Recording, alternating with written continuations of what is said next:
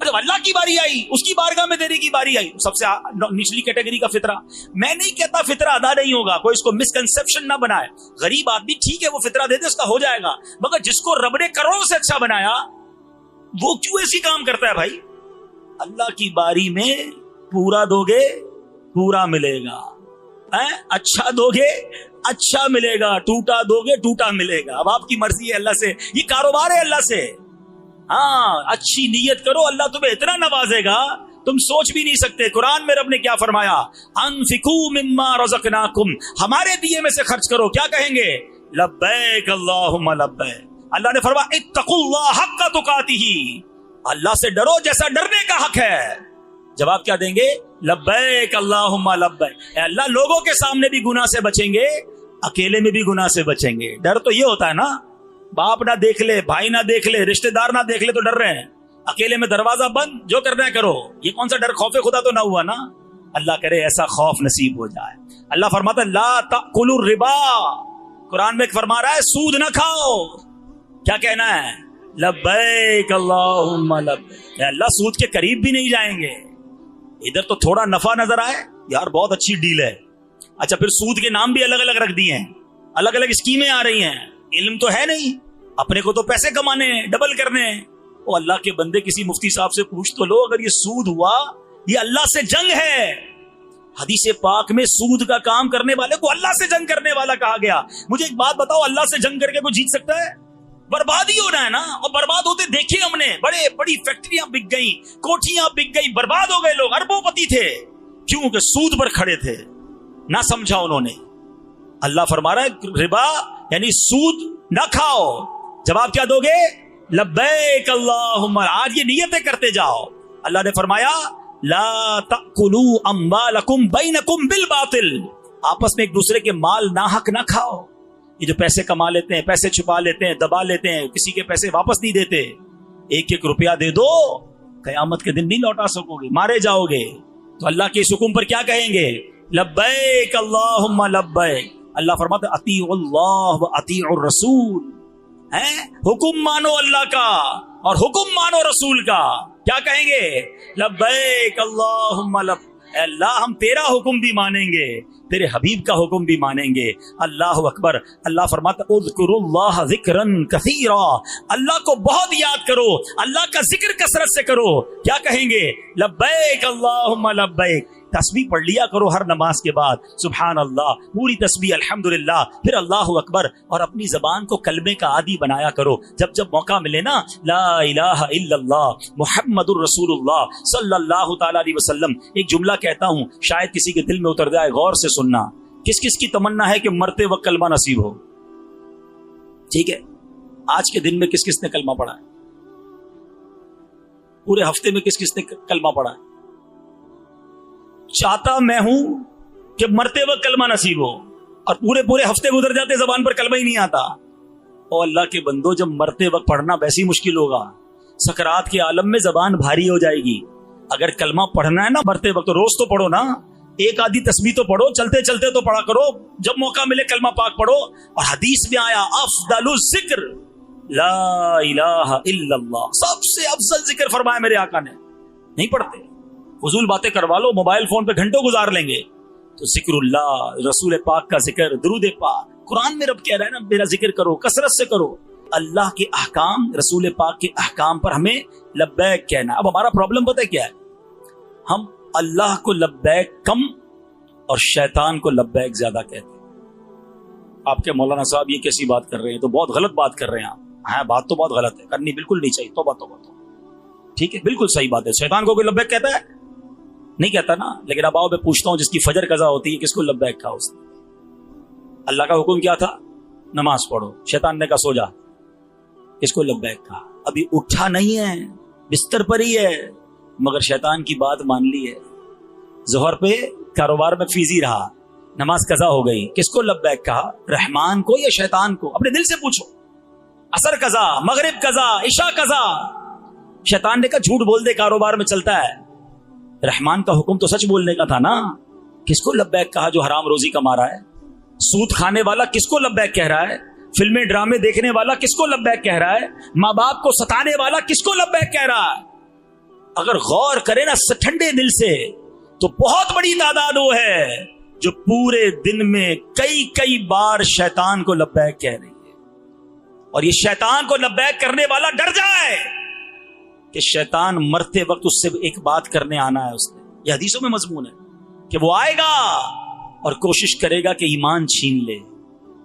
شیطان اتنا مردود ہے کہ مرتے وقت بندے کے پاس اس کے پچھلے مرحوم رشتہ داروں کی شکل میں آتا ہے. کسی کی ماں کا انتقال ہو گیا ہے یا کسی کے والد کا ہو گیا ہے, دادا کا ہو گیا, اس کی شکل میں آئے گا اور آ کر پتہ کیا کہے گا کہ اسلام چھوڑ دے, اسلام مذہب ٹھیک نہیں ہے.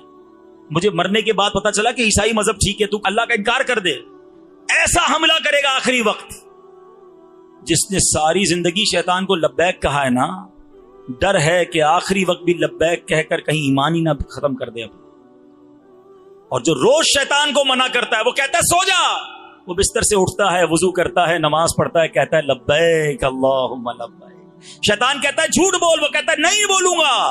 اس کی نہیں مانتا, اللہ کو کہتا ہے لبیک اللہم لبیک. شیطان کہتا ہے حرام کما, بڑی زبردست ڈیل آئی ہے, تھوڑا ہی جھوٹ بولنا ہے, تھوڑا ہی سود ہے, تھوڑی ملاوٹ ہے. کہتا نہیں میں اللہ کا بندہ ہوں, رزق دینے والی ذات میرے رب کی ہے. وہ کہتا ہے لبیک اللہم لبیک. شیطان کی نہیں مانتا ہے. شیطان کہتا ہے وہ عورت جا رہی ہے بے پردہ, ذرا دیکھ لے, فلاں جگہ بے حیائی ہو رہی ہے, چل چلتے ہیں. کہتا نہیں میں رحمان کا بندہ ہوں, مجھے منع ہے یہ باتیں, میں نہیں کر سکتا. لبیک اللہم لبیک. جو ایسا شیطان کو مقابلہ کر رہا ہے نا, اللہ نے چاہا جب آخری وقت بھی شیطان اس کے سامنے آئے گا, وہ اس کی بات ٹھکرائے گا, پڑھے گا لا الہ الا اللہ محمد الرسول اللہ, اور ایمان پر اس کا خاتمہ ہو جائے گا. ایمان پر خاتمہ چاہیے نا. ایک حدیث آپ سب کو یاد ہوگی, انما الاعمال بالنیات. ایک اور حدیث بھی ہے, انما الاعمال بالخواتیم. اعمال کا دار و مدار خاتموں پر ہے. اب خاتمہ ہی ٹھیک نہ ہوا, بے شک کرتا رہے, حج کرتا رہے, عمرے کرتا رہے, نمازیں پڑھتا رہے, اور اللہ نہ کرے بغیر ایمان کے دنیا سے گیا, تو سب نل اینڈ وائڈ, سب ختم ہو جائے گا. تو اگر اعمال بچانے ہیں نا تو پہلے ایمان بچانا ہے.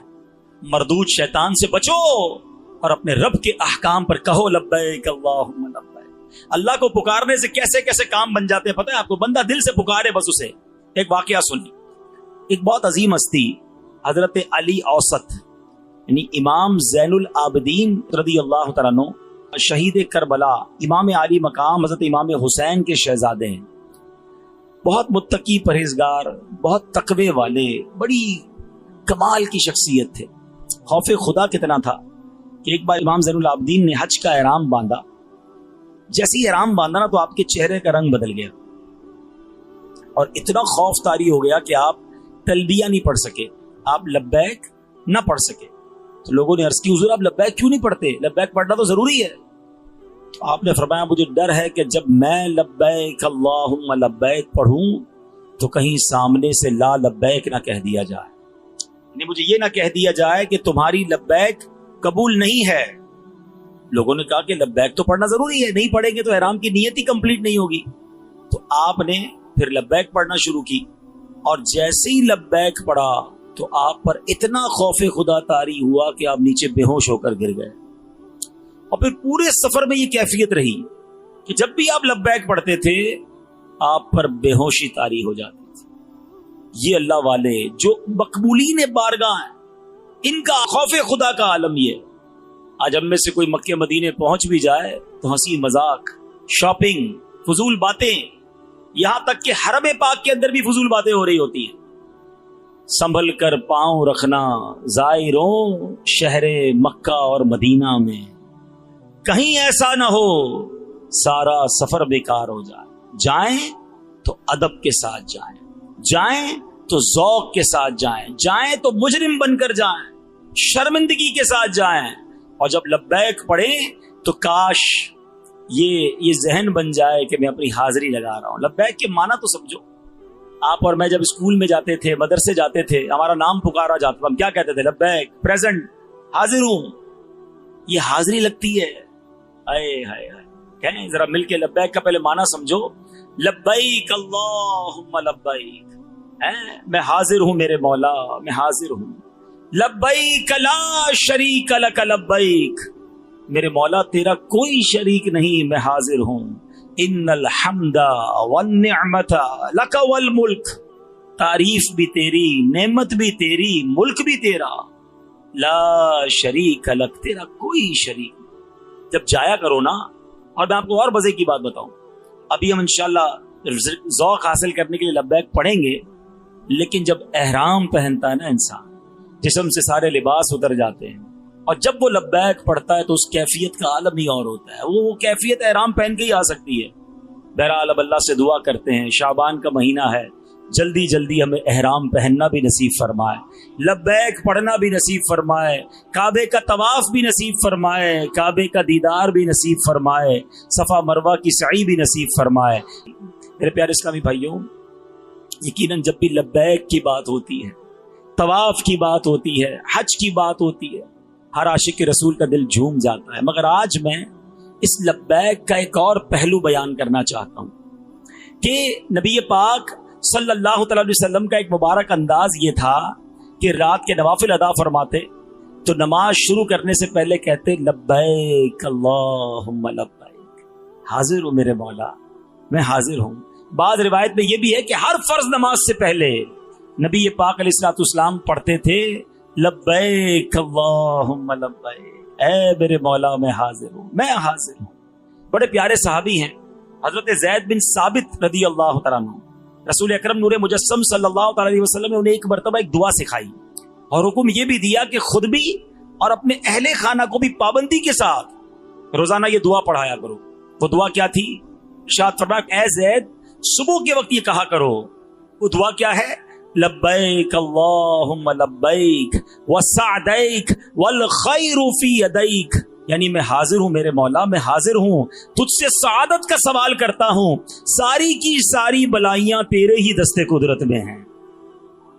آقا علیہ الصلوۃ والسلام گویا یہ دعا ارشاد فرماتے، یعنی نبی پاک تو روزانہ ہمیں لبیک اللہم لبیک کی تعلیم دے رہے ہیں۔ معلوم ہوا کہ لبیک صرف احرام کے ساتھ خاص نہیں ہے، بلکہ اللہ کی رحمت سے سرشار ہو کر رب کی بارگاہ میں رجوع لاتے ہوئے اگر کوئی بندہ نماز سے پہلے، دعا سے پہلے، مسجد میں آنے سے پہلے، کوئی بھی فرض ادا کرنے سے پہلے، کوئی اللہ کا حکم بجا لانے سے پہلے بندہ کہے لبیک اللہم لبیک، مالک تیرا حکم میں حاضر ہوں، سبحان اللہ، اب تیرا حکم ہوگا میں ضرور اس کو پورا کروں گا۔ بلکہ علماء نے اور بڑی باریک بات بتائی کہ لبیک اللہم لبیک میں لبیک 2 بار آیا ہے، حاضر ہوں اے اللہ، میں حاضر ہوں۔ اس کا معنی کیا ہوا؟